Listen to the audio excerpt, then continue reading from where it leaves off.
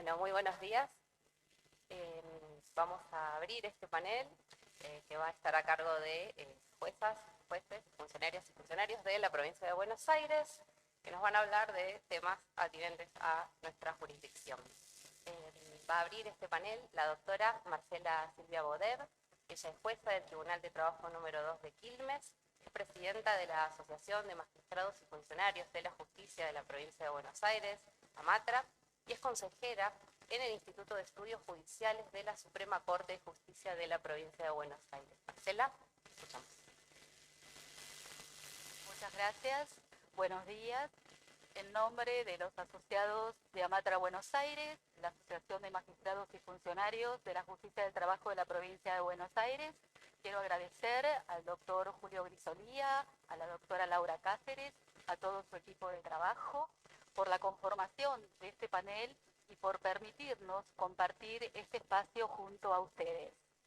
En lo que a mí respecta, les propongo reflexionar, nada más, cómo los operadores jurídicos, los abogados litigantes, los funcionarios judiciales, los jueces, abordamos e incorporamos la perspectiva de género en nuestra labor diaria.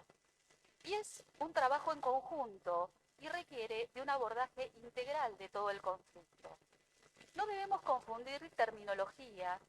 Sexo no es igual que género, perspectiva de género no es igualdad de género. Sexo es la marca de la biología, género es la marca de la cultura. La igualdad de género es la accesibilidad de las mujeres a espacios de decisión y la igualdad de oportunidades y derechos entre géneros. En cambio, la perspectiva de género es una estrategia, es una herramienta, es una categoría de análisis que es diferenciada, es inclusiva, es compensatoria y es restaurativa, pero requiere de un razonamiento profundizado.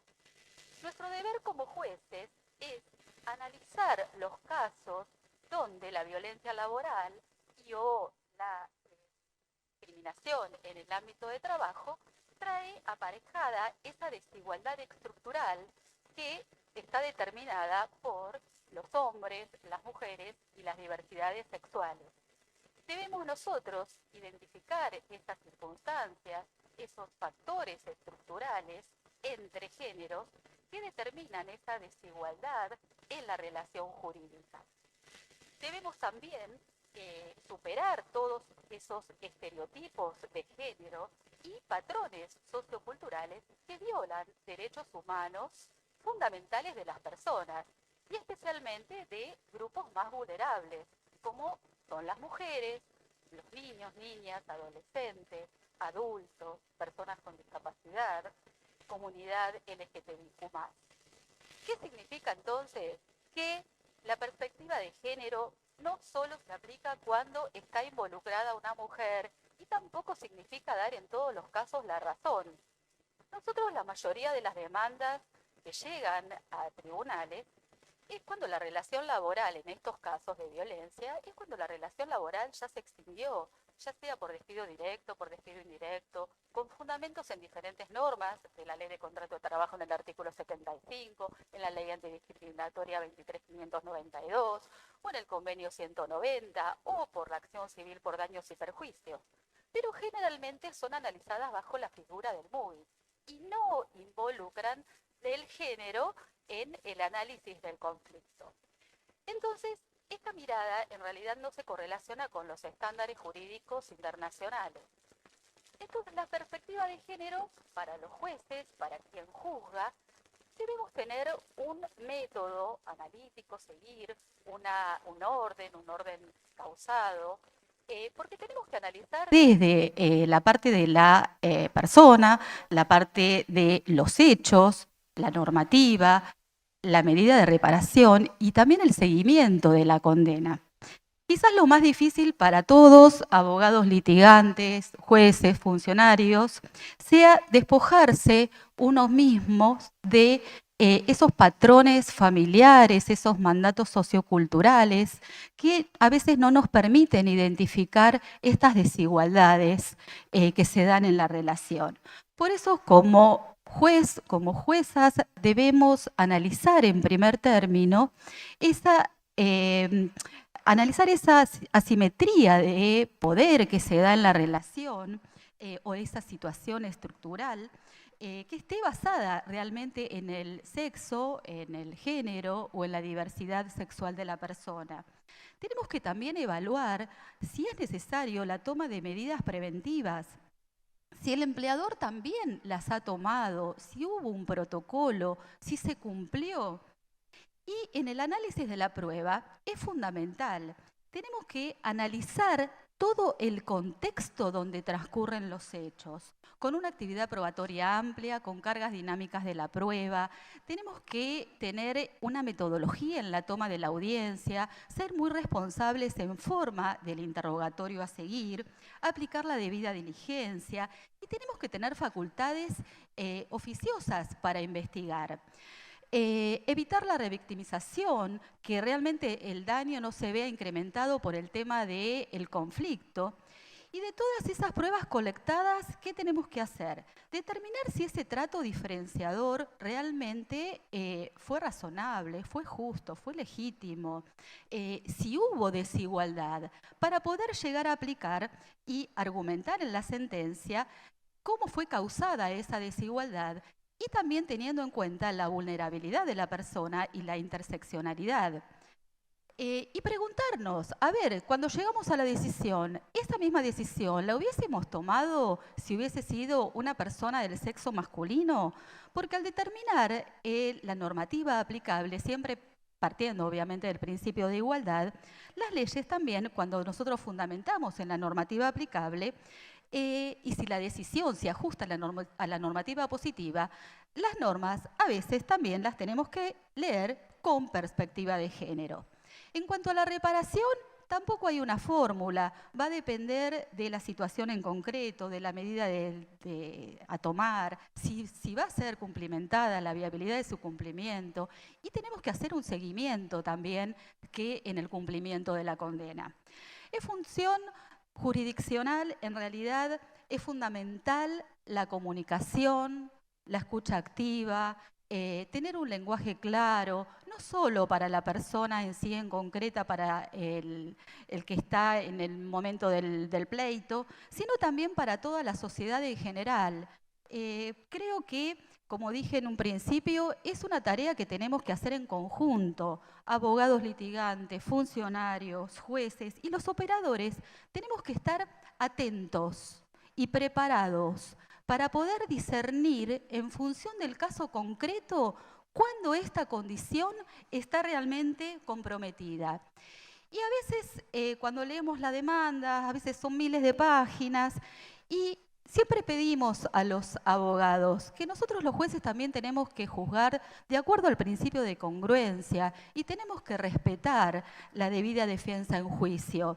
Entonces es indispensable el encuadramiento de la acción, que sea correcto y que se apoyen en normativa, tanto internacional como interna.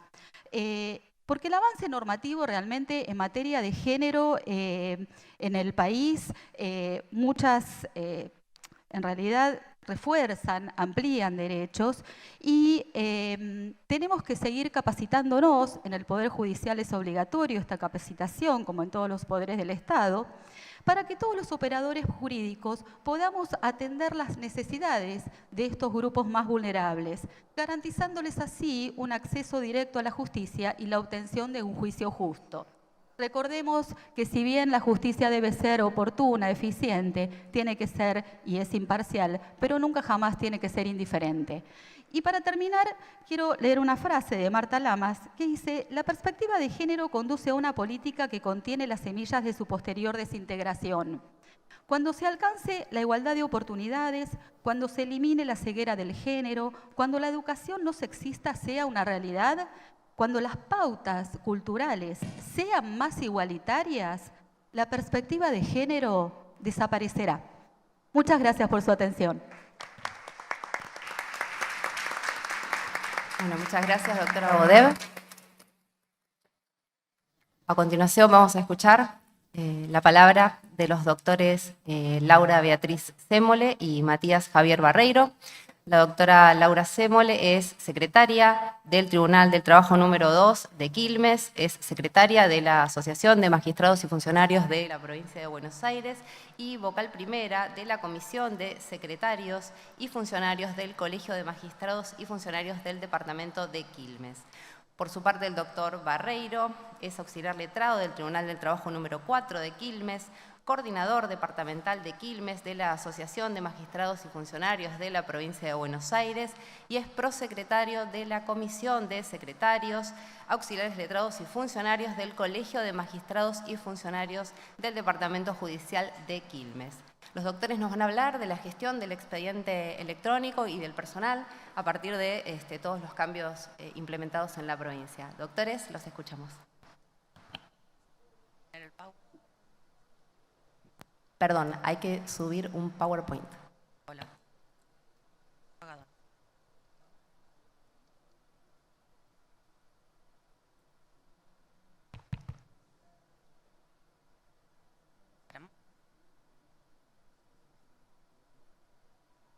Buen día a todos. El tema que me atañe hoy es la gestión del expediente electrónico y del personal para trabajar en entornos virtuales en la provincia de Buenos Aires. La revolución digital está dando lugar a cambios de paradigma no experimentados con anterioridad, tanto en la economía, los negocios, en las instituciones, la sociedad y las personas. La ciencia jurídica en general y la justicia no están ajenas a esta realidad. El volumen creciente de casos judiciales implica grandes esfuerzos para sostener una prestación de servicio de justicia eficiente y de calidad. Por ello es necesario redefinir estrategias, sistematizar datos, optimizar tareas, reconvertir procesos de trabajo con el objeto de abordar funciones más creativas y especializadas. La transición hacia una justicia digital inteligente ha sido una evolución gradual en todos estos años. En su primera etapa, se caracterizó por la migración de procesos analógicos basados en el papel hacia la migración de otros digitales y remotos, procediéndose así a la despapelización de todo el proceso. En una segunda etapa, que actualmente se está produciendo, tiende hacia la aplicación masiva de los sistemas de inteligencia artificial. A partir del actual estado de situación y con la perspectiva hacia el futuro, surge el interés de comenzar a comprender la transformación digital de la justicia a partir de la innovación y la gestión del expediente electrónico y de todo el personal que trabaja en estos entornos virtuales. Con el comienzo de la pandemia, la Suprema Corte de Justicia de la Provincia de Buenos Aires, con el fin de garantizar la prestación de servicios de justicia durante el estado de emergencia, implementó el teletrabajo o trabajo domiciliario, que alcanzó a todos los magistrados, funcionarios y agentes del Poder Judicial. Se creó un acceso en las PCs de cada uno de los organismos, creando una puerta de enlace que se llama Apache Guacamole, y que permite el acceso al sistema de gestión Augusta, que es el sistema que se utiliza en la provincia de Buenos Aires, que nos conecta con el módulo de portal digital para notificaciones y presentaciones electrónicas. Este portal es una herramienta esencial para interactuar con el expediente electrónico desde la red de Internet, con el objeto de consensuar estas soluciones de los diferentes actores que intervienen en el sistema judicial. Se suscribieron convenios reguladores de esta modalidad de trabajo, del teletrabajo, con la Asociación Judicial de la Provincia de Buenos Aires y con el Colegio de Magistrados y Funcionarios de la Provincia de Buenos Aires. También se habilitaron canales de comunicación para canalizar todo tipo de consultas, ya sea de los profesionales como de los justiciables en general. Se creó la mesa de entradas virtual y una solicitud online de turnos para una atención presencial. Ya en octubre del 2021 y con el restablecimiento de la presencialidad, la Suprema Corte habilitó a que todos los organismos pudiéramos elaborar un plan de trabajo para sostener el teletrabajo y asegurar así las mejoras de prestación de servicio. Para mantener esta plena operatividad de este régimen de teletrabajo, incluso en estos esquemas mixtos, todos los organismos debíamos renovar por etapas estos planes de trabajo, proponiendo unas metas de mejoras, hasta el 31 de marzo de este año, que fue la fecha en que se interrumpió y que se encuentra actualmente en análisis por planificación de la Corte para elaborar una nueva metodología de gestión. Mientras tanto, el teletrabajo se continúa habilitado en todos los organismos y solamente lo tenemos que informar en el módulo de presentismo y asistencia. Ahora bien, ¿qué parámetros se tenían en cuenta para realizar estos planes de trabajo? Bueno, tenemos las causas ingresadas, las causas con tramitación. Las causas con trámites de finalización eran todos los trámites que ponían fin a la gestión del organismo, las actas de audiencia, que se tenían en cuenta, que bueno, luego va a hablar la doctora Liruso, muy en cuenta el tema de las audiencias virtuales, tanto conciliatorias como de vista de causa. La recepción de todas las presentaciones que se realizaban durante la gestión y los trámites totales firmados durante todo el sistema sin distinción de qué tipo de trámite se realizaba. Acá tenemos un ejemplo de una propuesta de plan de trabajo de un tribunal en donde debíamos indicar la cantidad de personal que iba a teletrabajar, ya sea por cuestiones de salud o cuestiones de trabajo funcional, y los que íbamos a ir en forma presencial. También se establecían metas de rendimiento de la cantidad de causas resueltas, cantidad de actas de audiencia, tasas de resolución, y adoptando un método de colorimetría, donde se definía, es decir, si la meta era alcanzada, los valores entre el 75 y el 100% de las metas propuestas, los valores entre el 50% y el 75% de la meta propuesta, o si no se alcanzaba la meta propuesta por el tribunal. El trabajo en entornos virtuales, y para mantener este esquema, cada uno de estos organismos debió gestionar sus tareas y los procesos de trabajo a las necesidades de cada órgano y el fuero. Una vez diseñado este plan de trabajo, había que definir y distribuir cómo era esa jornada laboral. Bueno, hubo diferentes casos que actualmente se sigue utilizando. El 3x2, es decir, 3 días teletrabajando o 2 en forma presencial o viceversa, 4x1, 4 días trabajando en forma presencial y una teletrabajando. Hay organismos donde todos los agentes están teletrabajando y solamente los funcionarios y los magistrados lo están haciendo en un sistema mixto. Cabe destacar en este punto que en el tema del teletrabajo y analizando el teletrabajo realizado por aquellas personas, ha aumentado considerablemente el rendimiento laboral, no solamente en la cantidad, sino también en la calidad del trabajo realizado. En la práctica, también se implementaron canales de comunicación internos y externos. Externos, como ya dijimos, había una mesa de entrada, y sigue estando una mesa de entrada virtual, con comunicaciones por correo electrónico, pero en cambio, por los canales internos, bueno, se tuvieron que crear grupos de WhatsApp entre los funcionarios y los empleados para comunicar las tareas diarias, ¿no? Y la coordinación de tareas, y otro grupo entre los magistrados y funcionarios para establecer las decisiones y resolver esas incidencias. También se planifican reuniones virtuales para quincenales o mensuales, eso bueno, depende de cada uno cómo lo organice en su organismo, con la utilización del Microsoft Teams, que es la misma herramienta que se utiliza para las audiencias virtuales. Ahí, bueno, cada uno puede plantear sus dudas, sugerencias, mejoras, intercambiar información y facilita un buen feedback entre todo el equipo de trabajo. Ahora bien, todo expediente judicial electrónico se conforma por un ecosistema de la gestión judicial. Así tenemos el sistema Augusta, que es el sistema de gestión que utiliza la provincia de Buenos Aires, la firma digital, el portal de presentaciones y notificaciones electrónicas, las radicaciones electrónicas, que son muy importantes, el tema del módulo de radicaciones electrónicas, que es cuando el profesional inicia esa demanda totalmente electrónica con la incorporación de la documental en forma también digital, que luego es radicada en cada uno de los organismos y que no solamente sirve para eso, sino que también para que nosotros podamos, desde un organismo a otro, poder radicar la causa por cuestiones de competencia, recusación, excusación, o, no sé, radicarla por cuestiones ad factum videndi. Otro de los temas que componen el ecosistema, las comunicaciones electrónicas entre los diferentes organismos, el registro de electrónico de sentencias y resoluciones, sorteo y registro de circulación de causas.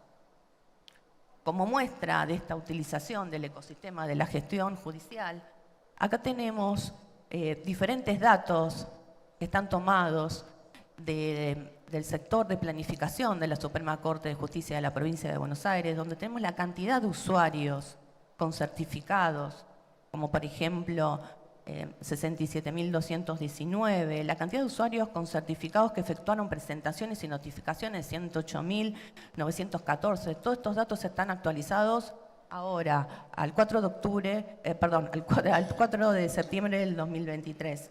Todo el tema de las presentaciones y notificaciones efectuadas en este último mes, 307.959.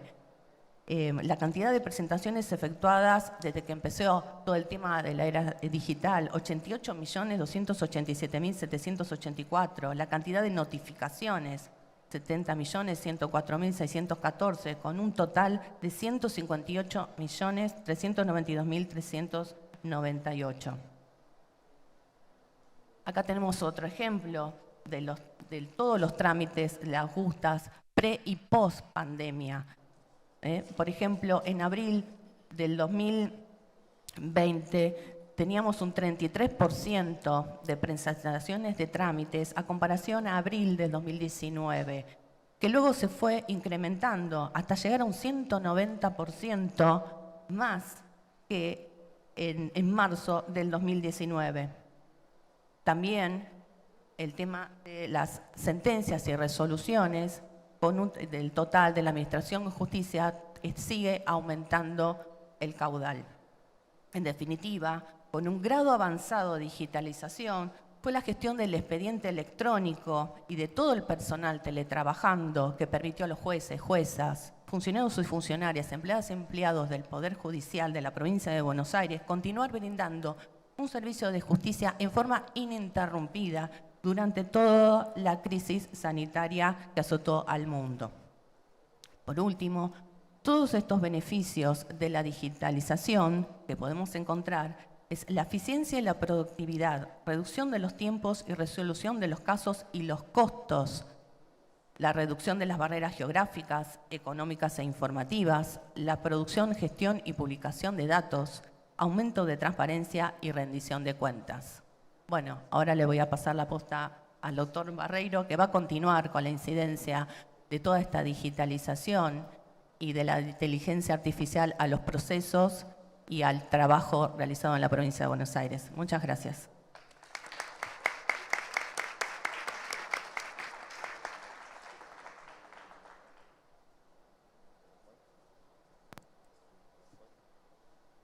Seguimos con el mismo PowerPoint.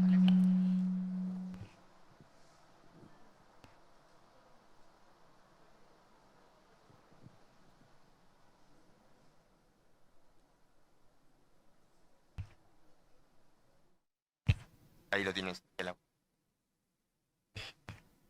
Buenos días a todos. Muchas gracias. Siguiendo un poco el hilo de lo que contaba la doctora Sémole,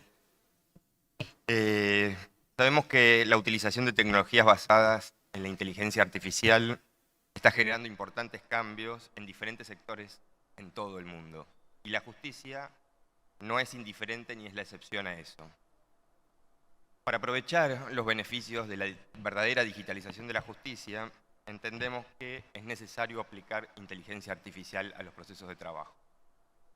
La inteligencia artificial puede impactar significativamente en los procesos de toma de decisiones judiciales. Puede contribuir a simplificar y automatizar tareas, reducir errores, generar documentos de manera asistida, y ello nos lleva a reducir tiempos de respuesta judicial, mejora en la eficiencia de los recursos, disminución de tareas burocráticas de los tribunales. Podemos aplicar inteligencia artificial en la justicia básicamente en 4 órdenes. Para la predicción de decisiones a partir del análisis de gran cantidad de datos, para la asistencia en la redacción de resoluciones y llenado de formularios, para la detección de soluciones posibles a un caso a partir de legislación vigente, jurisprudencia y doctrina aplicable, y para la automatización de tareas repetitivas de bajo nivel de complejidad y semiautomatización de aquellas que, aunque con un poco más de complejidad, pueden ser estandarizadas.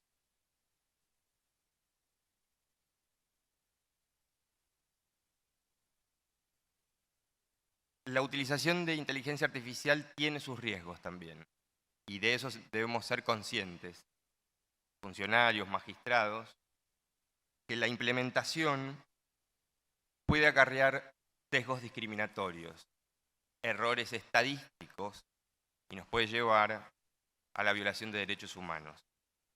Eso no quiere decir no avanzar en este sentido, sino ser conscientes del problema para poder abordarlo, porque en definitiva, en el ámbito de la justicia van a ser los jueces los que siempre tengan la decisión. La inteligencia artificial viene a asistir, a colaborar, manteniendo el poder de decisión del humano, pero también la responsabilidad. En este sentido, en el 2018 la Comisión Europea adoptó varios instrumentos y directrices para el abordaje de la inteligencia artificial y creó un grupo independiente de expertos que está desarrollando políticas de desarrollo ético y fiable. En el mismo sentido lo hizo la Organización para la Cooperación de Desarrollo Económico en el 2019.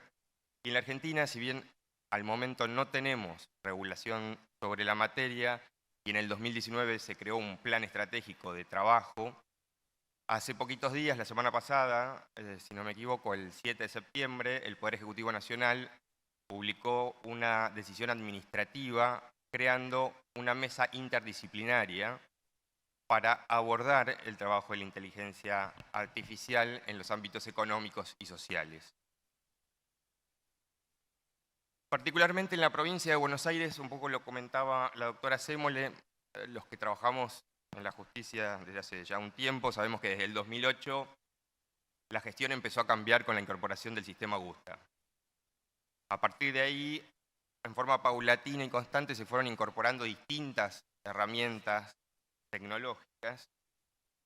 Muchas las nombró la doctora Sémole, agrego de las últimas que se fueron agregando es el registro de domicilios electrónicos para aquellas notificaciones que deban cursarse a domicilios reales. La Corte hace poco acaba de ampliar el listado de sujetos obligados a inscribirse en ese registro y invita además, sobre todo a personas físicas, a inscribirse en forma voluntaria. Y la última incorporación, que es el Bus Federal de Justicia, una iniciativa que nació en Jufeju, que fue liderada por la Suprema Corte con los aportes del Ministerio de Justicia de la Nación y el apoyo de ARSAT, donde se constituyó en una nube, una plataforma que lo que permite es las comunicaciones entre organismos de todas las jurisdicciones del país en el marco de la Ley 22.172. El BUF Federal de Justicia hoy está planteado en 3 etapas, la etapa 0 y 1, que son las que ya están en funcionamiento. La 0 era el desarrollo, la 1 era la puesta en funcionamiento de las comunicaciones de la Ley 22.172 y la adhesión de las jurisdicciones. Al momento hay 7 jurisdicciones, 7 provincias que han adherido. Está en desarrollo la etapa 2, que va a incorporar la comunicación electrónica con organismos y entidades externas a los poderes judiciales. Y finalmente la tercera etapa, que es la pendiente, que es la que va a contribuir a dar tecnología a todas las jurisdicciones para sistematizar y automatizar procesos de trabajo. Ahora bien, no obstante eso, en la provincia de Buenos Aires la Corte siguió avanzando en un derivado de la inteligencia artificial, que son los sistemas expertos, y en asociación con la Universidad de Morón viene desarrollando lo que se llama Experticia. Experticia es una plataforma que va a interactuar con el sistema de gestión judicial Augusta y lo que busca es estandarizar el modo de despacho mediante un sistema de soporte de decisiones. Su objetivo es reducir los tiempos sobre el proceso, minimizando las revisiones innecesarias y los errores de los operadores en la elección incorrecta de un modelo o en la carga de datos. Pretende ser el soporte de decisiones y ayudar a la sistematización y optimización de varios de los procesos de trabajo que hoy en día hacemos en forma manual. El sistema ya demostró cierta potencialidad, está en una prueba piloto en un juzgado penal de ejecución en Morón. Se tomaron datos y frente a la tarea hoy manual demostró un avance importante en la reducción de tiempos y carga de tareas. Ahora, la provincia de Buenos Aires, todo el Poder Judicial a lo largo y ancho del país, pero particularmente en lo que nos convoca hoy acá a nosotros, que es la provincia de Buenos Aires, tiene graves problemas. Los estructurales, voy a nombrar simplemente, sabemos, escasos recursos, casi nulos.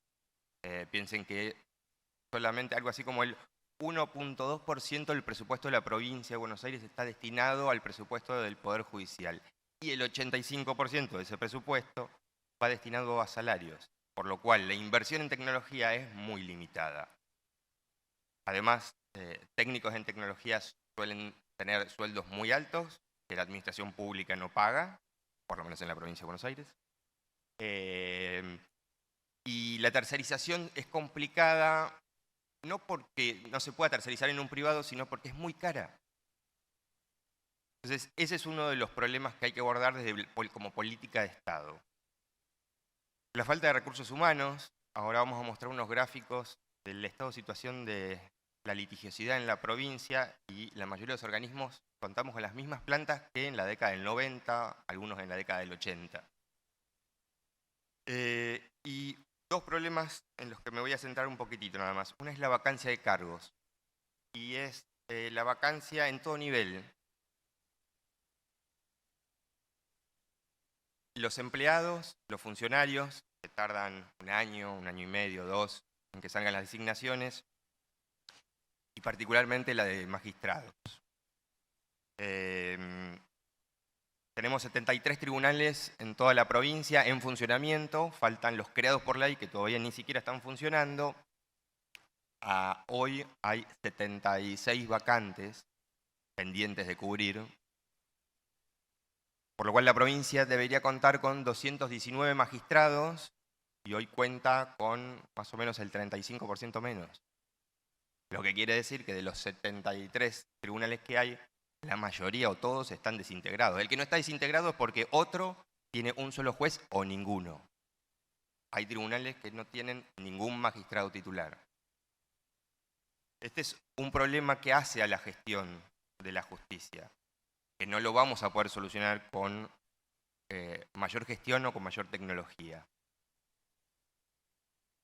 Y el otro problema que vemos es el incremento constante en la litigiosidad.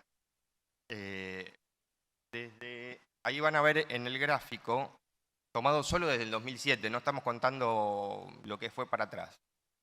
Desde el 2007 al 2022 el crecimiento fue exponencial, salvo el pico que ven en el 2017, que se debe particularmente a la 27348 y que la provincia estaba por adherir a la ley, entonces hubo un apuro por iniciar causas. Salvo esa estacionalidad y la estacionalidad del 2020, producto de la pandemia en donde baja, sobre todo en los primeros meses, pero inmediatamente vuelve a subir, viene en un incremento constante. Y si tomamos en el siguiente gráfico, 2022 respecto de 2007, vemos un 198% de aumento, o sea, el doble. Misma planta funcional, menos jueces, pero el doble de causas. En el siguiente gráfico vemos el promedio. El promedio provincial de ingresos es de 1.300 causas, más o menos. El tema que es dispar. Tenemos sobre bajo de la línea del promedio de 1.300 organismos por ahí que tienen en el año el ingreso que tiene un tribunal en un mes. Y otros que tienen un ingreso 3 veces más que la media. Entonces, hay una desproporcionalidad que tiene que ver con la geografía, la falta de puesta en funcionamiento de los órganos creados por ley y, a mi juicio, un mapa judicial que está basado básicamente en la densidad poblacional y no toma datos económicos, como por ejemplo la actividad económica. Hay departamentos judiciales, como el Corredor Norte, que tiene una densidad poblacional menor que por ahí La Matanza, pero con un alto índice de ingresos. Y se debe al corredor económico de empresas que se trasladaron hacia ahí. Ya termino que me apuran. Lo que proponemos es abordar una agenda de transformación, en realidad de profundización de la justicia, a través de un plan estratégico de innovación digital, una reforma centrada en la persona usuaria, inversión en tecnología y talento humano, política de seguridad de datos, gobernanza robusta de datos. Esto implica tener datos y poder tomar decisiones en base a esos datos. Un ecosistema de innovación en la justicia, incluso creando en los propios organismos laboratorios donde se pueda experimentar nuevos procesos de trabajo. Coordinación y cooperación interinstitucional con aquellas instituciones que nos puedan aportar algo más en materia de tecnología. Reingeniería de procesos es repensar mucho de los procesos que tenemos dentro de los organismos para ver cuáles podemos automatizar, cuáles no, cuáles son redundantes, cuáles podemos eliminar. Finalmente, para terminar, lo que les quiero decir es que podemos concluir que la incorporación y el desarrollo de tecnologías en la justicia del trabajo en la provincia de Buenos Aires, si bien puede enfrentarse a la resistencia al cambio y a la aversión al riesgo, requiere la inmediata adopción de soluciones basadas en innovaciones tecnológicas, en particular la inteligencia artificial, que permitan redefinir la ingeniería de los procesos y de los equipos de trabajo. Para ello será fundamental ahondar en el desarrollo de nuevas competencias y capacidades, desaprendiendo técnicas y enfoques usados en viejos paradigmas. Muchas gracias. Muy bien, muchísimas gracias. Vamos a reacomodar el panel porque también vamos a convocar a 2 disertantes más, en este caso, y otros 2 van a descender del mismo. Recordando una vez más que estamos transmitiendo vía streaming en alta calidad, por supuesto, invitar a todos a través de un mensaje de WhatsApp a cuantos colegas, repito, que se puedan unir a este congreso, con cuantos disertantes, todos de primer nivel, explicando, contando sus experiencias y, por supuesto, seguramente van surgiendo preguntas, ¿no?, entre los asistentes, y es bueno tenerlo registrado porque en algún momento seguramente vamos a tener un tiempo de preguntas y respuestas porque eso es enriquecedor. ¿Estamos listos? Estamos listos. Gracias. Bueno, muchas gracias. Ahora vamos a escuchar la palabra del doctor Juan Colota. Él es secretario del Tribunal del Trabajo número 1 de San Miguel. Es magíster en Derecho del Trabajo y Relaciones Laborales Internacionales. Es secretario de la Asociación de Magistrados y Funcionarios de la Provincia de Buenos Aires y también es docente de posgrado en nuestras diplomaturas. Doctor Colota, lo escuchamos. Muchas gracias a todos. Muy buenos días. Gracias a los organizadores que hoy cambiaron el clima, nos dieron este clima hermoso. Y a ustedes que en vez de mirar este escenario buenísimo, tienen que estar mirando el PowerPoint a nosotros. Pero bueno, me dijeron que no tenía que agradecer tanto, pero gracias la verdad por el espacio que nos dan a Matra en este gran congreso de Derecho del Trabajo, uno de los más importantes que tiene. ¿Qué tema me pareció interesante compartir como novedad? Que se titula Nueva legislación sobre ejecución de sentencias contra la provincia de Buenos Aires. A mí me despertó la pregunta de entender, bueno, pero en el proceso del trabajo, en la justicia laboral, ¿qué juicios tenemos contra la provincia de Buenos Aires? Y el estudio importante de las particularidades que tiene la intervención de la provincia dentro de un proceso laboral, entendiendo que tiene un fuero propio, especializado, creado con la reforma constitucional del año 94, y que más allá de eso, nosotros podemos encontrar casos dentro de nuestro fuero donde vamos a tener la intervención de la misma. Y y tiene diferentes particularidades. Entre ellas, algunas se asemejan al Código Contencioso Administrativo, como ser el traslado por 30 días en el despacho del fiscal de Estado, que en este caso particular ahora es al domicilio registrado que tienen en el registro de domicilios electrónicos a tal fin. Otra particularidad también es cuando interviene la Dirección General de Cultura y Educación de la Provincia de Buenos Aires, que también es un ente autárquico y a veces confundimos tal intervención con la provincia, más que nada en la parte ejecutiva, en quiénes responden y con qué fondos y qué particularidades tiene como ente autárquico.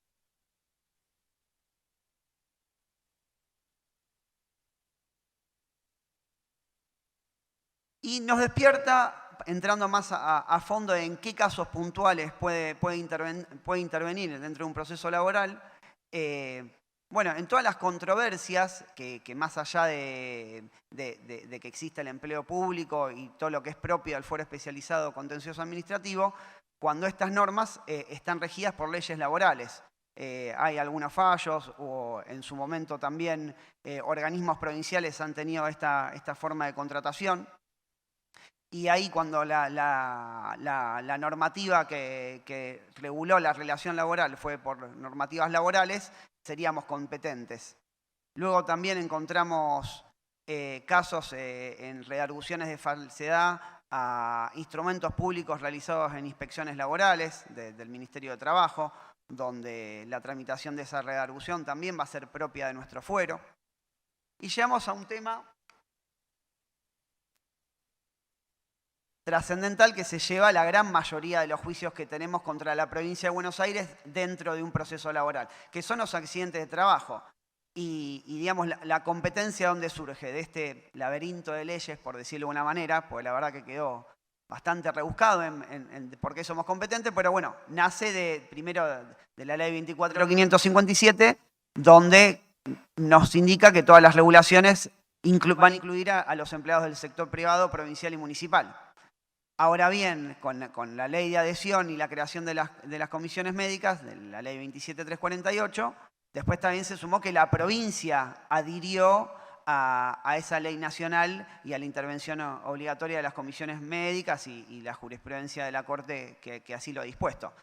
Ahora, así todo también, ¿por qué somos competentes? Hubo una reforma laboral en la provincia de Buenos Aires, que es la ley 15.057, que creó las cámaras laborales, hizo una revolución en la organización procesal y laboral, que hoy está vigente por medio de una acordada de la Corte que deja nada más vigente el artículo 2, inciso J, que es el que le da la competencia netamente laboral a los tribunales de trabajo para que en grado de apelación intervengan en esas causas administrativas. ¿Sí?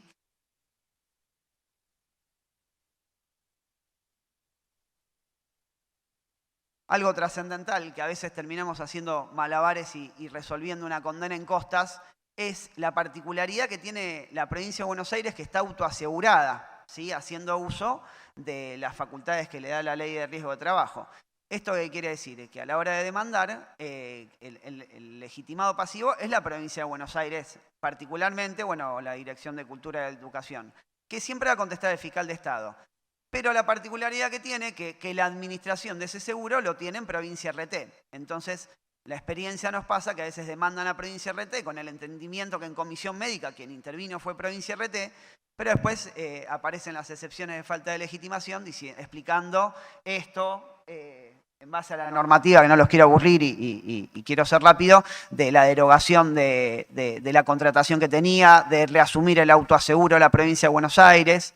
Y en fin, entonces el correcto demandado es la provincia de Buenos Aires al margen de la intervención de provincia RT en su gerenciamiento. Eso es en la actualidad, 2097, 2007 en adelante, para atrás era diferente. Y eso está legislado. Bien, al margen del autoseguro, vamos de lleno a esto de la nueva legislación. Digamos, todo el antecedente que hice era para entender esto, ¿cuándo podemos tener? Ahora, llegamos a un punto que siempre era igual, que era la sentencia, la condena por 10 días también al fisco o a cualquier demandado. la Constitución y la interpretación de la Constitución, el 164, ya entendía que en los tribunales contenciosos administrativos, y ahí está después la segunda frase, que era, y los demás tribunales competentes deben tener un traslado deben tener una condena por 60 días. En la ley de presupuesto, con estos antecedentes, que es el artículo 70 de la ley 15.394, entiendo yo que usando un poco los fundamentos constitucionales, lo que ya se utiliza hoy en el fuero contencioso administrativo, en la ley 12.008, que también así lo contempla, han fijado para todos los fueros, todavía gracias no, han fijado para todos los fueros ya la implementación de esta condena por 60 días para cumplimiento de las mismas. Y también ponen algo novedoso, que hay bastantes limitaciones en cuanto a la ejecución a la provincia de Buenos Aires, que amerita otra charla, pero haciendo algunas de las argumentaciones que implementa la ley para minimizar los costos o para adecuar el cumplimiento de la sentencia, es esto de la posibilidad de una apertura de incidente de evaluación de impacto financiero, entre un montón de protecciones que hoy tiene la provincia a los fines de ejecutar el crédito. Ya, más allá de que es bastante reciente, hay algunos tribunales que han dictado la inconstitucionalidad de esa normativa, entendiendo que es inconstitucional los 60 días, otros que la están cumpliendo, a un planteo del fisco. Pero bueno, es algo que está en boga en relación al tema de ejecución, que a veces es el que desarrollo. Y la verdad que la importancia de estar al tanto de estas novedades y de entender que podemos tener en juicios laborales y en un fuero laboral particularidades, o como lo acaba de hablar también el doctor Escobares, de nuevos procesos que nos sacan a la estructura cuadrada que tenemos de la 11.653 y tenemos que empezar a implementar todas estas novedades que hay porque se vienen y porque el desconocimiento hacen al que el operador judicial no esté preparado o cual litigante pueda tener un yerro a la hora de demandar y ejercer el derecho, ¿sí? Bueno, era eso, espero que haya sido concreto y se haya entendido. Muchas gracias a todos.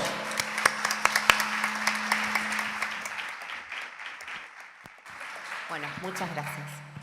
Vamos a escuchar ahora la palabra de la doctora Marina Leticia López Beliot. Ella es jueza del Tribunal del Trabajo número 5 de Lanús. Es vicepresidente de la Asociación de Magistrados y Funcionarios de la Provincia de Buenos Aires, AMATRA. Es coordinadora de la Comisión de Derecho al Trabajo del Colegio Provincial de Magistrados y Funcionarios de la Provincia de Buenos Aires. Es docente de grado, de posgrado y recientemente ha sido designada como miembro académico para el Foro Laboral en el Consejo de la Magistratura de la Provincia de Buenos Aires. La doctora hoy nos va a hablar sobre las nuevas inquietudes y planteos que surgen a partir de los pedidos de regulación de honorarios letrados por la actuación en comisión médica. La escuchamos, doctora. Bueno, buenos días. En primer lugar, siempre agradecer al doctor Grisolía, a la doctora Cáceres, a todo ese hermoso equipo de trabajo que tiene, que posibilitan el armado de estos congresos, estos espacios para el intercambio, para el debate, para la reflexión y también para la camaradería, ¿no? También agradecer a esta hermosa provincia que nos recibió con tanto cariño. Gracias, Corrientes.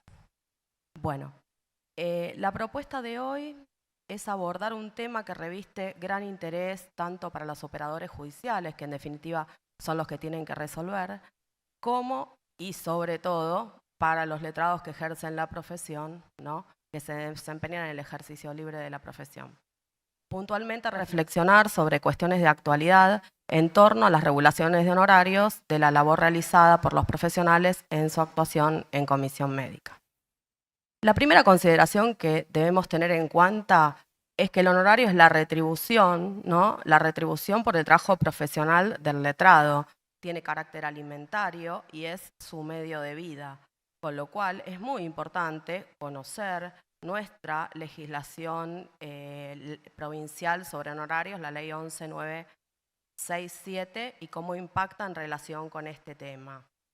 Hoy día, y luego de haber atravesado ya un tiempito, ¿no?, de pasos por instancias de comisión médica, la mayoría de los abogados laboralistas conocen el marco normativo que sustenta y da derecho a la regulación de honorarios. Sin embargo, cabe recordar que estamos hablando de procedimientos administrativos llevados a cabo ante la administración de carácter obligatorio, creados y reglamentados por la Ley de Riesgos de Trabajo, que impuso, ¿no?, el patrocinio letrado obligatorio a los trabajadores. Con lo cual, todos los acuerdos que se celebran ante las comisiones médicas son fruto de la tramitación de determinados procedimientos específicos, complejos, especiales, con mucha variedad, ¿no?, en el ámbito de la administración. La labor que desempeñan los abogados, que se expresan en las comisiones médicas, es de suma complejidad y especialización. Ellos deben conocer todos los trámites, cómo se abordan, las resoluciones, las infinitas reglamentaciones de la superintendencia que a esta altura son un laberinto, incluso para nosotros, ¿no? Tienen que tener conocimiento técnico, jurídico, hay un aporte de prueba, todo lo que se plantea en la comisión médica va a sentar las bases sobre lo que posiblemente en un futuro pueda constituir una revisión judicial. He aquí que no se trata de un mero acuerdo extrajudicial y esto tiene mucho que ver con establecer y poder determinar cuál es el encuadre arancelario para también poder saber cuáles son los mínimos aplicables y si estos se están respetando. Con lo cual entiendo que no se puede nunca encuadrar en el artículo 9.2, sino que está dentro de las previsiones del artículo 44, inciso B de la ley 11.967. Por otra parte, tenemos que tener en cuenta que los honorarios, por supuesto, son de carácter alimentario y están protegidos por el artículo 14 y 17 de la Constitución Nacional.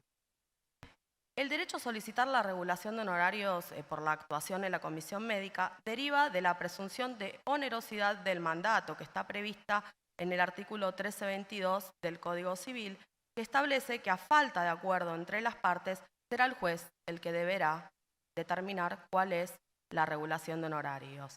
Y así, la norma del Código Civil nos establece algunas fuentes que deben ser respetadas.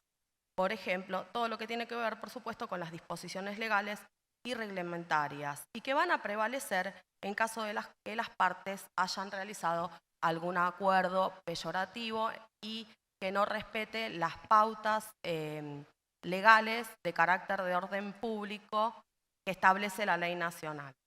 Acá el primero de los temas para abordar, que tiene que ver con cuestiones que, bueno, yo por lo menos ya vengo planteando, cuando las partes, que en general en este caso puntual suele ser la provincia de Buenos Aires, que el que litiga en provincia de Buenos Aires sabe que los letrados han firmado numerosos acuerdos por un 5%, que no respeta los mínimos arancelarios, y en ese caso hay ahí una cuestión, un conflicto que se plantea entre la normativa, donde el Código Civil, por medio del artículo 387, dice que, o se puede llegar a interpretar, que el letrado que suscribió dicho acuerdo no puede pedir la nulidad porque estaría alegando su propia torpeza.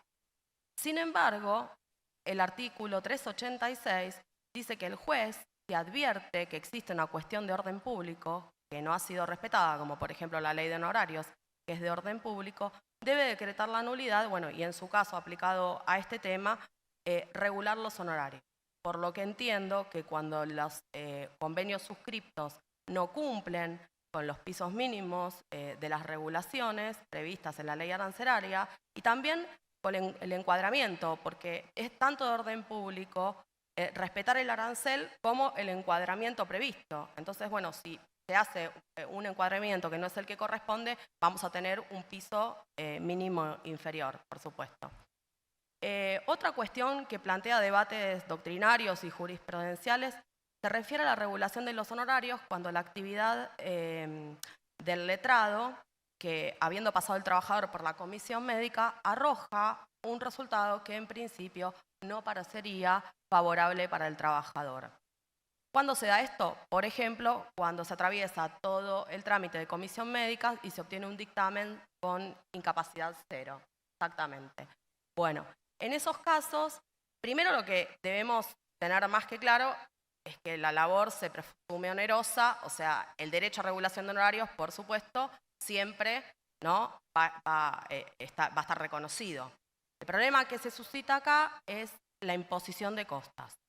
Es decir, en esos casos, sí, como el artículo 1 de la ley 27348 establece que los honorarios del paso por las comisiones médicas de los letrados que participan, ¿no? Defendiendo por supuesto al trabajador, estarán a cargo de la RT o empleadora autoasegurada. Pero sin perjuicio de eso, tenemos la resolución reglamentaria 37 que le agrega 2 requisitos, que son la oficiosidad y que se hubiera reconocido total o parcialmente la petición. En cuanto a la oficiosidad, no habría mayores problemas, porque oficiosidad como acto útil podríamos decir que ya el mismo paso por la comisión y cumplir con el requisito de haber transitado esa etapa previa para poder acceder a la justicia, no obstante el resultado, estaría cumplida la oficiosidad. Pero en esos casos la cuestión se suscita en cuanto a la obligación de resultado. Muchos de los tribunales, en estos casos puntuales, ¿no? Cuando no existe un resultado en comisión médica favorable, regulan honorarios y los ponen a cargo del trabajador con beneficio. Otros lo que suelen resolver es regular los honorarios, pero diferir la imposición de costas a la resulta de una eventual revisión. Es decir, se regulan los honorarios, por supuesto, pero no se determina quién es el que tendría que eventualmente abonarnos.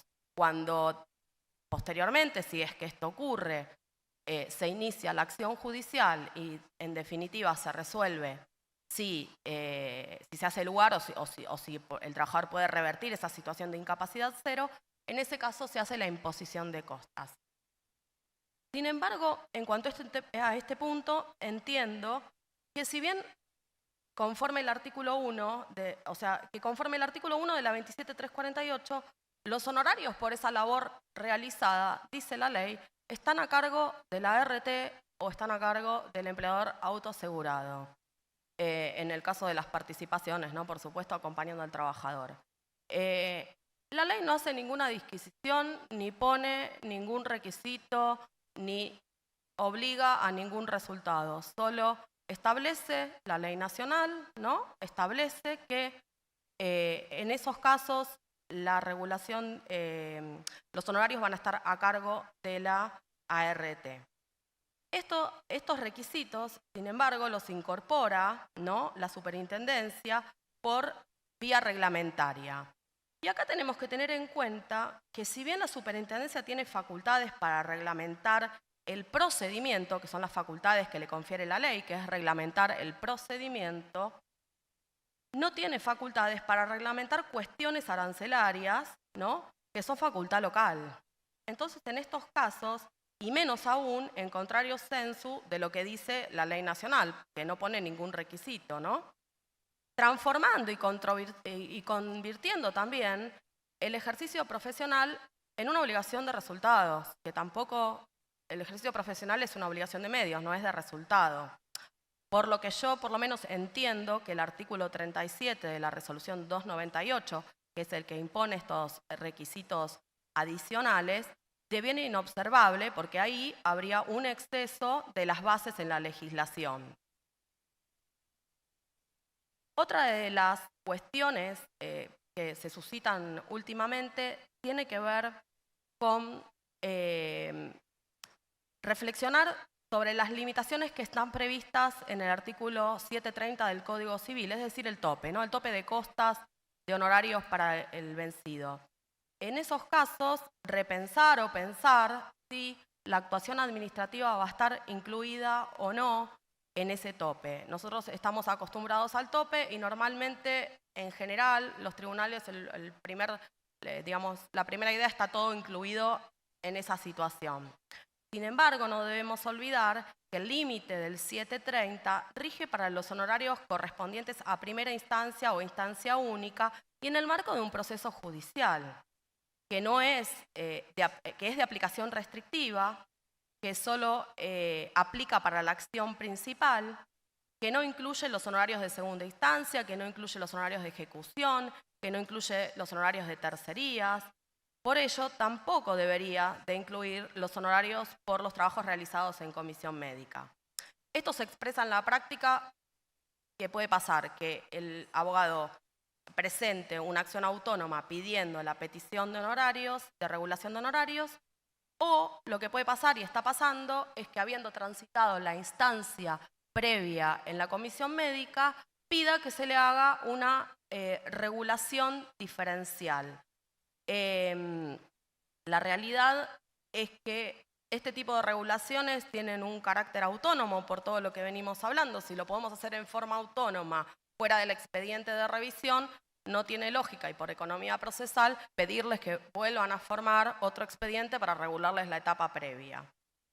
A modo de conclusión, podemos considerar que no estando todas estas situaciones, y no digo miles, pero muchísimas más, ¿no?, expresamente planteadas estas situaciones en la ley arancelaria, hay que realizar una interpretación integral, razonable, de todo el cuerpo normativo, no apegarse a la integralidad de las resoluciones de la superintendencia ni de las normas y poder asegurar así el derecho de los honorarios de carácter alimentario para los letrados. Muchísimas gracias.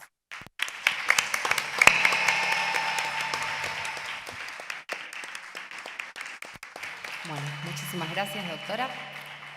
Vamos a escuchar ahora al doctor Federico Javier Escobares. El doctor es juez del Cuerpo de Magistrados Suplentes de la Provincia de Buenos Aires. Actualmente se está desempeñando como juez en el Tribunal de Trabajo número 5 de La Plata.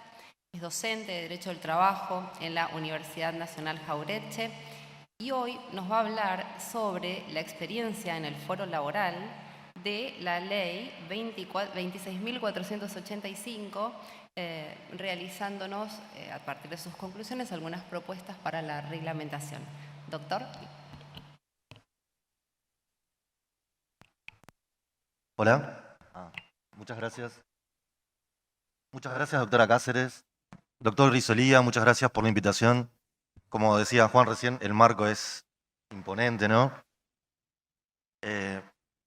La idea de lo que les vengo a contar hoy es, como recién se adelantaba, de qué manera la provincia de Buenos Aires trata los procedimientos en los cuales existe violencia de género contra la mujer en el ámbito laboral, en el ámbito del trabajo.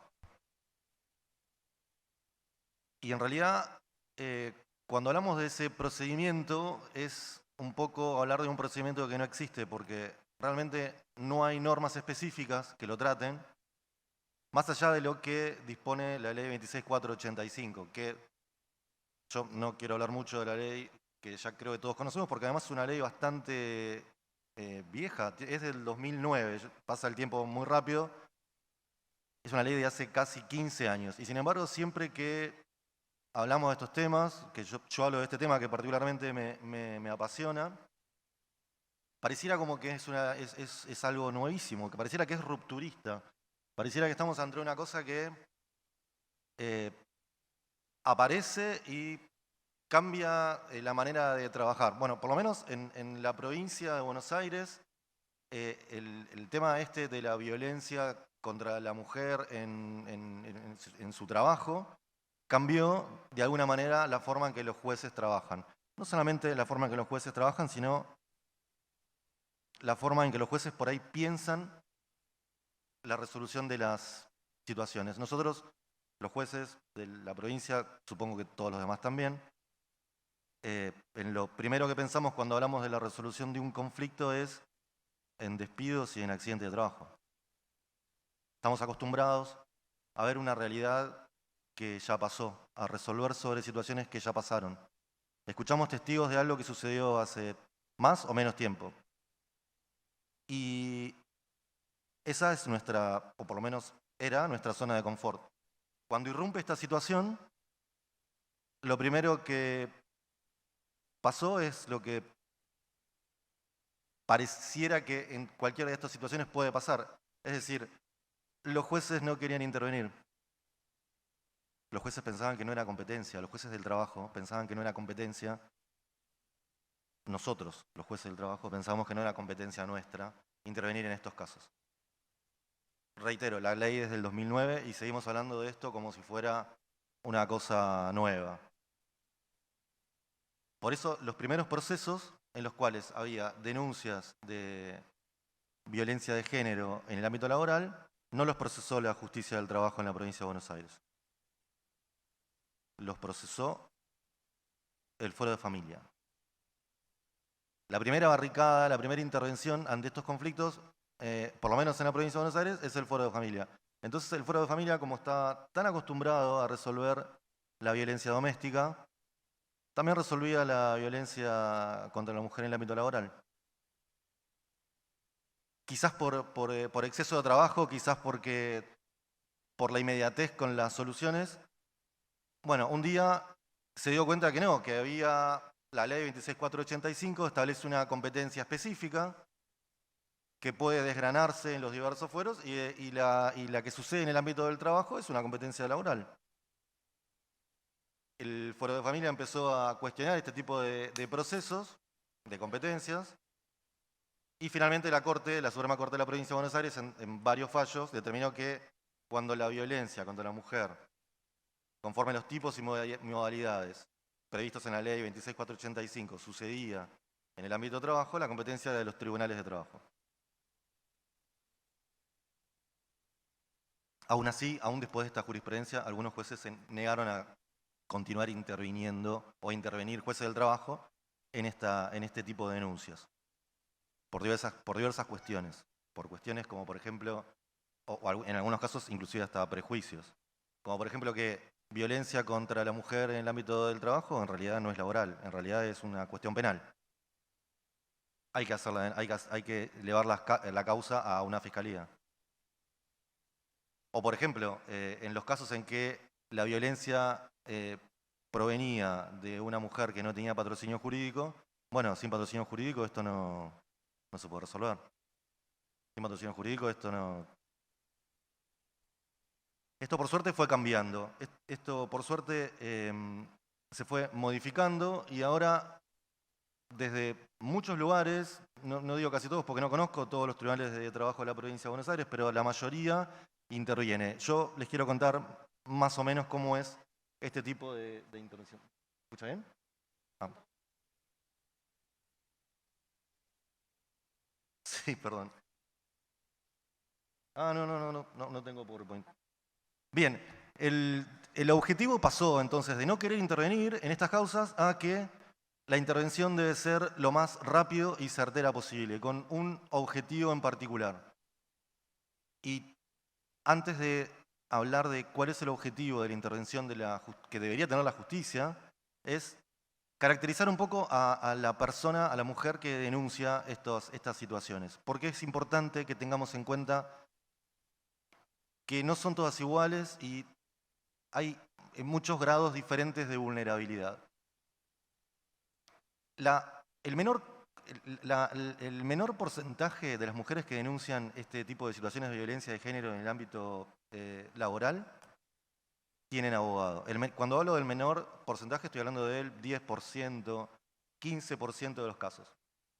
Tiene un abogado que les dice cuáles son sus derechos, que inicia una causa en la receptoría de tribunales y que tiene un abogado que la puede seguir, que tiene un abogado que puede ver qué pasó con el expediente, que tiene pretensiones que tienen que ver con las normas jurídicas, que tiene forma de presentación judicial. Eso es el 15% de los casos.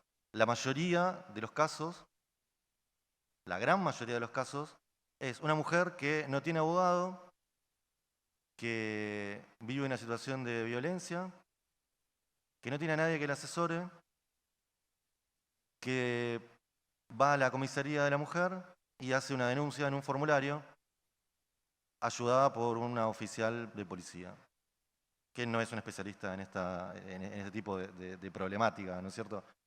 Y ese formulario de la policía generalmente lo manda al Fuero de Familia, porque es casi todo lo que pasa en las comisarías de la mujer va al Fuero de Familia. Pero la mujer no está sabiendo, la mujer que denuncia, no está sabiendo su denuncia a dónde va a ir, ni cuál es el resultado que va a tener, ni quién es el que la va a procesar. Ni siquiera sabe que va a terminar en una instancia judicial.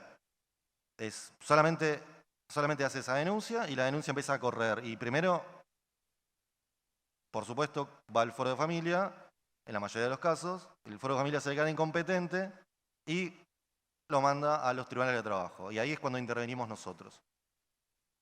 Teniendo en cuenta esta situación en la cual tenemos a una mujer que sufre una situación de violencia en su trabajo, que al día siguiente que hace la denuncia tiene que ir a su trabajo, a seguir viviendo su situación de violencia, el objetivo que yo creo que debe tener la intervención judicial es que a partir que el operador judicial interviene, y en este caso los tribunales de trabajo intervienen en la provincia de Buenos Aires,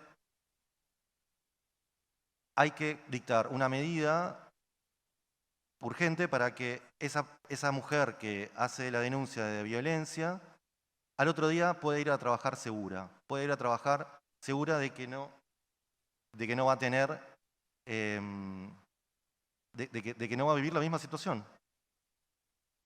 Nosotros, para esto, contamos con la experiencia de otros fueros, del fuero penal, de los tribunales de familia. Hemos tenido muchos contactos con ellos y con el uso de la tecnología, lo que hacemos es, muy rápidamente, el día que tenemos esta denuncia, nos contactamos con la denunciante por teléfono. No liberamos ninguna cédula de notificación a ningún domicilio. Nos contactamos por teléfono con la persona que hace la denuncia. Si tenemos que tomar una audiencia, lo hacemos.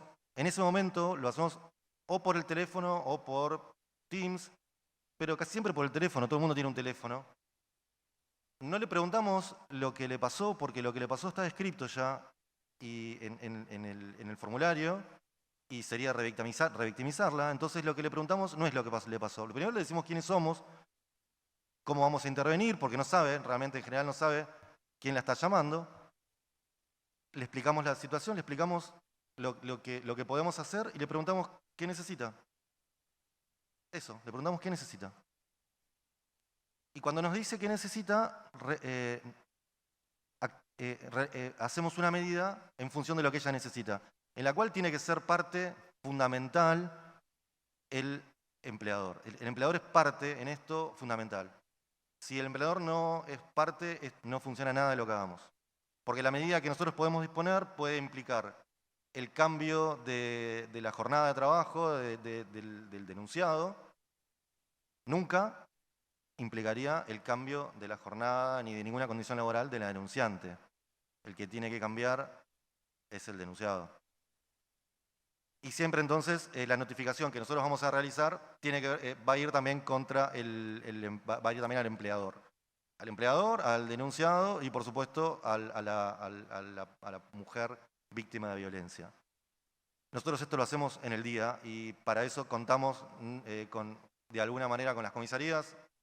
Siendo jueces laborales, muchos de ustedes también lo son, es bastante nuevo para nosotros comunicarnos con una comisaría para que notifique algo. Las comisarías en la provincia de Buenos Aires son muy difíciles, no es fácil, y no están acostumbradas a que un juez del trabajo los llame y les diga que tienen que notificar alguna cosa. Están acostumbrados a otro tipo de procedimientos. Pero se puede hacer, y nosotros en la mayoría de los casos podemos cumplir con nuestro objetivo, que es que la mujer víctima de violencia pueda saber que tiene una justicia que la escucha y además pueda estar tranquila de ir al día siguiente a trabajar sabiendo que va a estar segura de que no le va a pasar nada. Bueno, no tengo más tiempo, les agradezco mucho.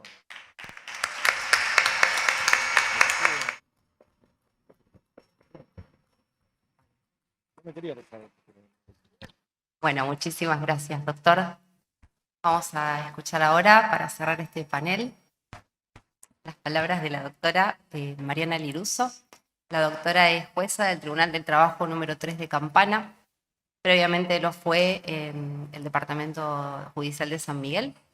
La doctora es autora de diversos artículos y de ponencias presentados tanto en congresos nacionales como internacionales y desde el año pasado se desempeña como miembro académico del Consejo de la Magistratura de la provincia de Buenos Aires. Hoy la doctora nos va a hablar sobre la virtualidad y las vistas de causa, un tema que nos interesa creo que a todos. Qué bueno, doctora, la escuchamos. Gracias, buenos días. En primer lugar, un agradecimiento enorme al doctor Julio Grisolía por invitarme. Soy de la segunda promoción de la maestría, así que años de estar con el doctor Grisolía. Y tengo compañeritas acá presentes, la doctora Aracela Sosa, la doctora Adriana Botos, así que una alegría estar siempre en estos congresos. En segundo lugar, agradecer a Corrientes por esta bienvenida hermosa. La verdad que estamos muy contentos de estar acá, salió el sol, así que es un día maravilloso. En tercer lugar, no se me vayan porque les prometo un videíto al final para que nos riamos todos. Vamos a ver si lo logro. Y que lo va a pasar el doctor Dugarte, espero que funcione. Y en cuarto lugar, paciencia por favor a los queridos abogados del fuero que vienen después, que ahí están esperando. Queridos amigos, ya me corro.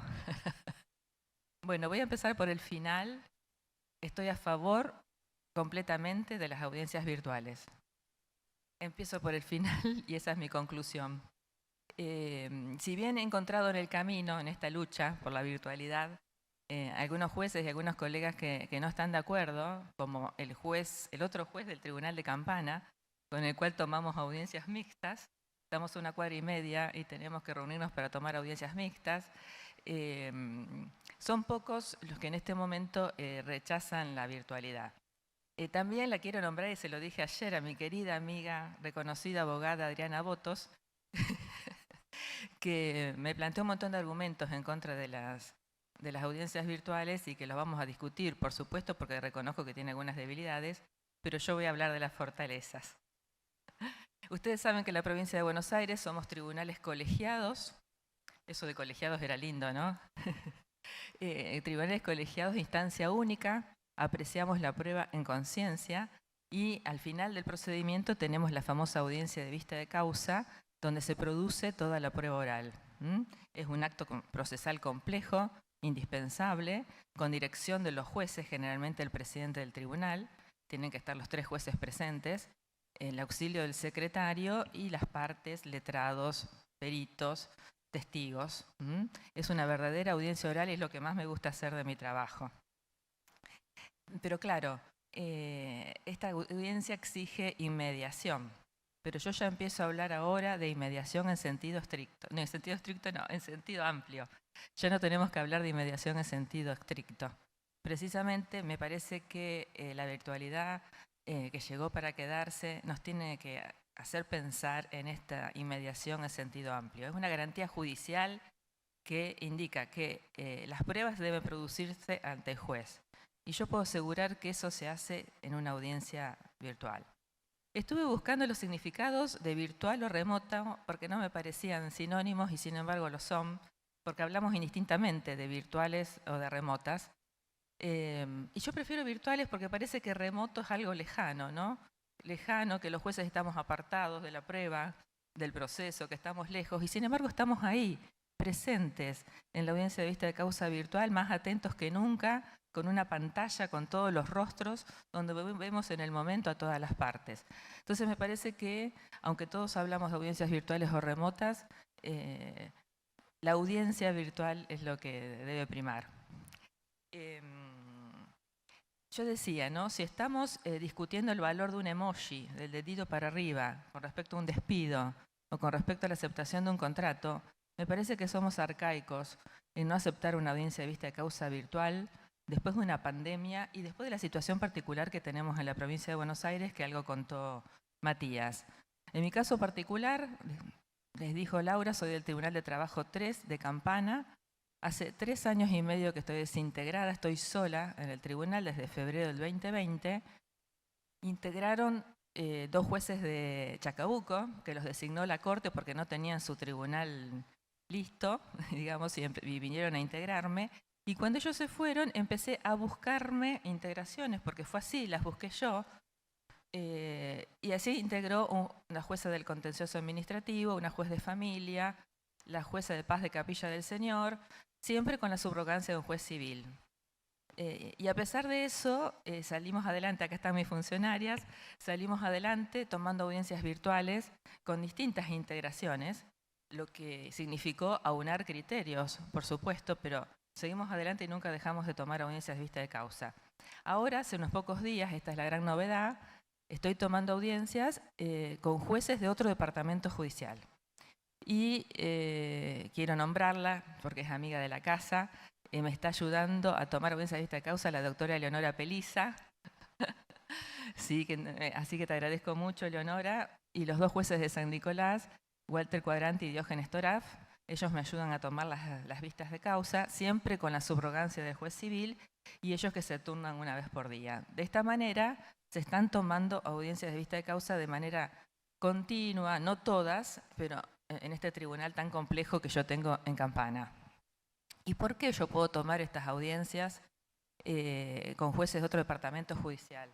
No sé si se ven las resoluciones de la Corte, pero yo tengo acá, antes de la feria, el presidente de nuestra Corte, el doctor Sergio Torres, dictó una resolución de presidencia, no es una acordada, una resolución de presidencia donde dijo recordar la plena operatividad y vigencia de la celebración de las audiencias total o parcialmente remotas y el deber de adecuación, uso prioritario y pronta consecución establecida en los artículos tal y tal, exhortando a los magistrados a maximizar su utilización para la gestión de las audiencias y cargas de trabajo, en especial cuando deban integrar con otros magistrados de igual o distinto departamento y o fuero.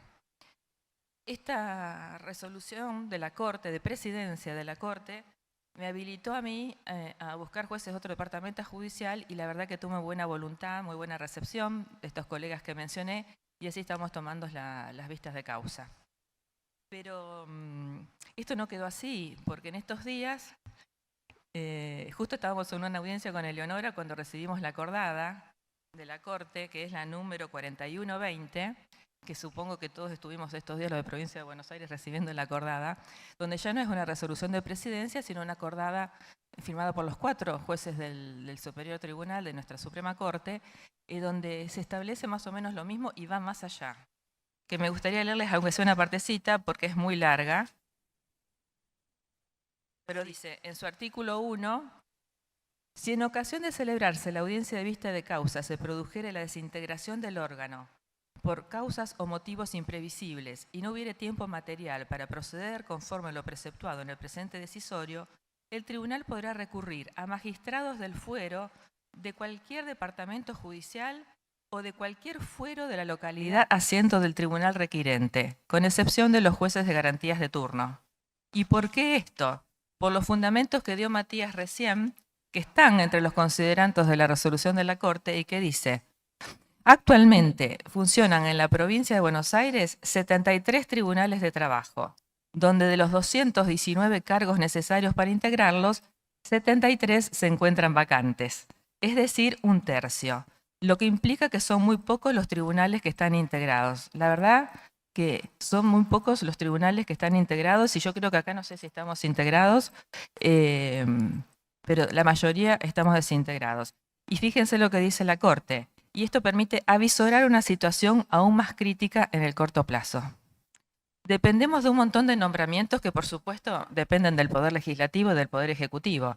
Y yo creo que la Corte está tratando de solucionar este tema para que la justicia del trabajo pueda seguir funcionando. Yo particularmente valoro la practicidad, el sentido común y la voluntad de trabajo del doctor Torres, aunque ahora lo siguieron los demás ministros, quien también mostró esa impronta en el Consejo de la Magistratura de la provincia de Buenos Aires.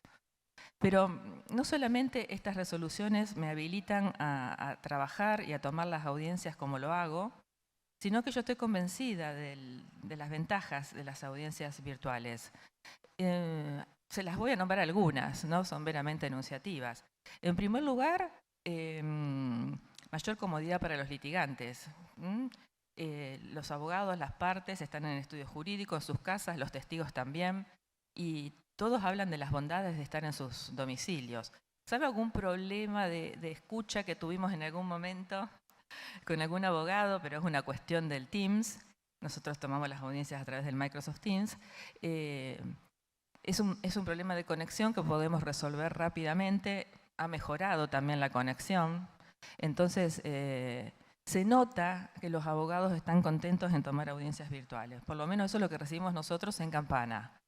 En segundo lugar, hay un menor índice de suspensión de las audiencias de vista de causa, porque los testigos son más fácilmente ubicables, no tienen que trasladarse hasta el tribunal, tienen mejor predisposición para formar parte de lo que sería una videollamada. Entonces, no se suspenden por ausencia de testigos las audiencias de vista de causa. En tercer lugar, y permítame que lo recuerde, hay una visión simultánea en la pantalla. Vemos a todas las personas que integran la audiencia en el mismo momento y todos los gestos que están haciendo cada una en el preciso momento que lo están haciendo, ¿sí? En cuarto lugar, y esto lo aseguro después de evaluar 15 años testigos, o sea, hace 15 años que soy juez, existe la misma posibilidad de saber si un testigo miente, si hay una audiencia presencial o una audiencia virtual. Muchos me van a saltar en la yugular, pero estoy convencida de que sabemos también si el testigo miente frente a la cámara. El testigo incluso creo que se pone más nervioso frente a la cámara donde la miran 5 o 6 personas y sabemos perfectamente si bajó la vista, si está trapirando, si miró al costado y si está mintiendo. Y rápidamente podemos recordarle que está declarando bajo juramento de decir verdad. Así que eso lo podemos solucionar. Otra de las ventajas es el mejor manejo de los horarios. No tenemos que esperar que lleguen los testigos o que tenemos el abogado atascado en Panamericana. Bueno, yo vivo en Campana y no ha pasado. Porque todos nos conectamos en el mismo momento, en la plataforma. Hasta los testigos están cancheros para sumarse a la plataforma, ¿no? Todos tienen un buen teléfono celular, digamos. Entonces las audiencias son absolutamente sincrónicas. Todos estamos, como les decía, en el mismo momento, frente a la pantalla, dispuestos a tomar la audiencia de vista de causa. Y también lo que he notado es que los jueces tenemos la posibilidad de salir unos segundos de la plataforma para resolver temas que se presentan en la audiencia de vista de causa, por ejemplo, una revocatoria in voce o un tema del testigo que fue cuestionado. Salir un ratito de la plataforma para ponernos de acuerdo y decidir sin necesidad de retirarnos de los estrados del tribunal, ir a otra oficina y tratar el tema. Todo se hace muy rápido. Además, si en algún momento se llega a cortar la conexión, no tenemos que suspender la audiencia para dentro de una semana, dentro de un mes y demás, porque lo solucionamos y a lo mejor en media hora podemos terminar de tomar la vista de causa. Entonces, me parece que las ventajas son muchas y seguramente hay más. Dije estas porque las estoy viendo a diario. Luciano Ballarini, que es un juez rosarino, y Martín Sheridan, que es un abogado entrerriano, escriben juntos, son especialistas en esta materia, y en uno de sus artículos transcriben la frase de Muhammad Yunus, que fue ganador del Premio Nobel de la Paz, que dijo: debemos ver el COVID-19 como una gran oportunidad de alejarnos del mundo anterior. Y me parece que tenemos que hacer eso. Yo no estoy muy de acuerdo con las tecnologías. Ayer Graciela Sosa me hablaba de los beneficios del ChatGPT, a quien le tengo miedo. Pero bueno, Graciela, si estás por acá, te escuché y la verdad que me pareció asombroso lo que podés lograr con el ChatGPT. Y le tengo miedo también a la robótica, que ayer el doctor Birenbaum habló desde la pantalla, ¿no?, sobre el reemplazo terrible que produce la robótica de los trabajadores. Pero no podemos negar que la tecnología avanza y que nosotros debemos avanzar con ella. Más en estas situaciones de emergencia, como dicen los considerandos de la resolución. Nos faltan 1/3 de jueces en la provincia de Buenos Aires y no depende de nosotros, conseguirlos. También nosotros filmamos las audiencias virtuales Ustedes saben que en nuestra provincia tenemos 2 leyes de procedimiento. La ley actual, que es la 11653, y una ley que está esperando ponerse en vigencia, la 15057, donde se dispone que las audiencias sean videograbadas. De esa ley solamente se aplican 2 artículos porque no están dadas las condiciones para su vigencia, que sería la creación de los juzgados unipersonales y de las cámaras. Con esa ley se va a cambiar el procedimiento de la provincia, vamos a pasar de tribunales colegiados a juzgados unipersonales y cámaras. Eso todavía no está dado y por eso esa ley 1557 está en el limbo. Pero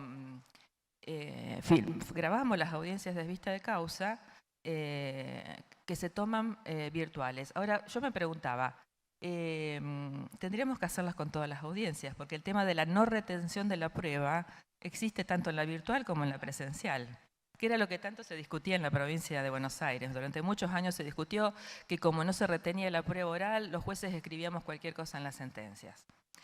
Recordemos también que la 11653 da una posibilidad a los letrados de dejar constancia en el acta de determinadas declaraciones de los testigos que resultan interesantes. Y eso los abogados no lo utilizan nunca. No lo utilizan nunca. Entonces, aprovechemos todos los recursos que nos da la ley y pidan que se deje constancia en el acta de determinada declaración del testigo que les interesa. Ingresó a trabajar en tal fecha, vi el accidente y le pasó tal cosa, en fin. Es una oportunidad a vuestro favor, porque los jueces no escribimos cualquier cosa, aunque la audiencia sea oral. Y aunque apreciemos la prueba en conciencia, que algunos también la critican. Precisamente en nuestra provincia, el Tribunal Trabajo 2 de La Plata filmó su audiencia de vista de causa, la sentencia fue recurrida y fue a la Corte, y los jueces de la Corte se tomaron el trabajo de ver el video y dieron vuelta a la sentencia, como decimos nosotros, ¿no? Consideraron absurda la valoración de la prueba, dieron vuelta a la sentencia y ordenaron que nuevos jueces dicten nuevo pronunciamiento. Así que fíjense también de la importancia de esta nueva tecnología, ¿no? Que la Corte la incorporó, la usó y dio vuelta una sentencia. Este fallo se llama Cuello Gonzalo Ricardo con Diaxa S.A., no tengo el número, perdón, es una sentencia de la Corte, de la Suprema Corte del 22 de noviembre del 2022. Bueno, y termino por donde empecé porque les quiero mostrar el video divertido. Estoy a favor de las audiencias de vista de causa virtuales, no remotas, aunque lo son. Estamos en presencia, estamos con una inmediación en sentido amplio, estamos ahí. Estamos escuchando, viendo el testigo, viendo si transpira, viendo si miente. Hacemos un paneo de la habitación, le hacemos prestar conformidad expresa al letrado de la demandada para que el testigo declare en el estudio jurídico, porque generalmente los testigos están en su casa, pero pueden estar en los estudios jurídicos. Cuando es así, le pedimos expresa conformidad a la parte demandada para que el testigo pueda declarar en el estudio jurídico y solo una vez una abogada nos ha dicho que no. Entonces los testigos fueron llevados al tribunal. Todo eso queda constancia en el acta, ¿no? Que las partes consientan la integración del tribunal para la vista de causa, porque tenemos jueces de otro departamento judicial, que la parte demandada presta conformidad con la declaración de los testigos en los estudios jurídicos y también que la audiencia será grabada. Todo eso queda constancia en el acta y nos salva de alguna manera de los posibles planteos que puedan venir después. No solamente soy partidaria de las audiencias de vista de causa virtuales, sino también de las audiencias de conciliación virtuales. Nos han dado muy buenos resultados. Para las audiencias de conciliación los abogados ni iban, por lo menos me pasaba mucho eso en San Miguel. Tuve muy poquito tiempo en Campana antes de la pandemia, donde todo cambió. Para las audiencias de conciliación los abogados ni iban y ahora se conectan a la plataforma y por lo menos se llevan la pretensión de la otra parte, ¿no? Tenemos una presentación de las dos partes, bueno, qué quiere una, qué quiere otra, desde el tribunal se le explica la situación del expediente y si no se concilia, que muchas veces se concilia, se llevan una propuesta conciliatoria y quizás en una próxima audiencia lo logramos conciliar. Entonces, termino como empecé. Estoy a favor de las audiencias virtuales o remotas, sean de vista de causa o de conciliación, y nuestra Corte Provincial nos habilita a hacerlo con ambas resoluciones que les mencioné recién. Los invito ahora a ver el video para reírnos un rato en esta mañana tan hermosa del Congreso.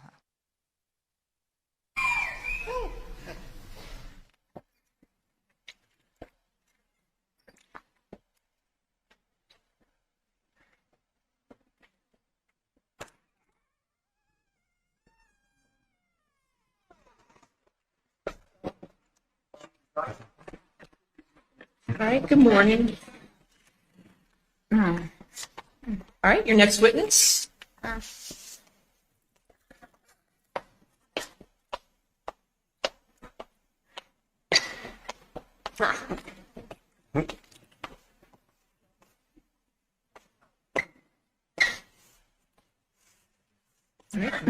right. Thank you, Your Honor. Will you please state your name? Yes, it's Amber Laura.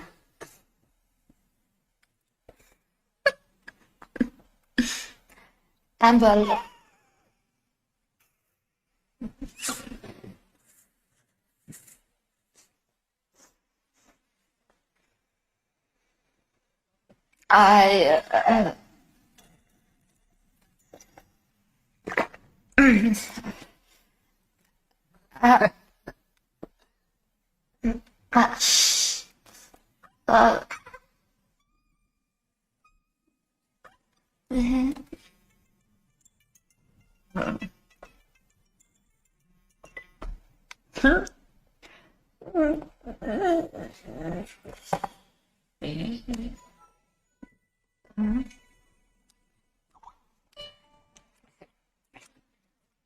I am Amber.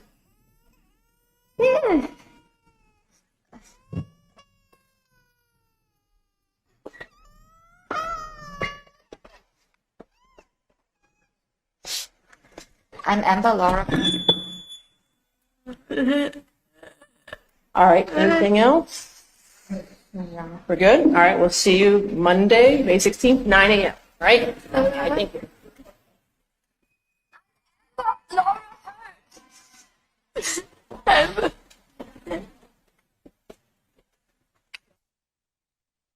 Bueno, ¿cuál es el chiste? Si esta audiencia hubiese sido virtual, a Johnny Depp lo muteamos. Muchas gracias.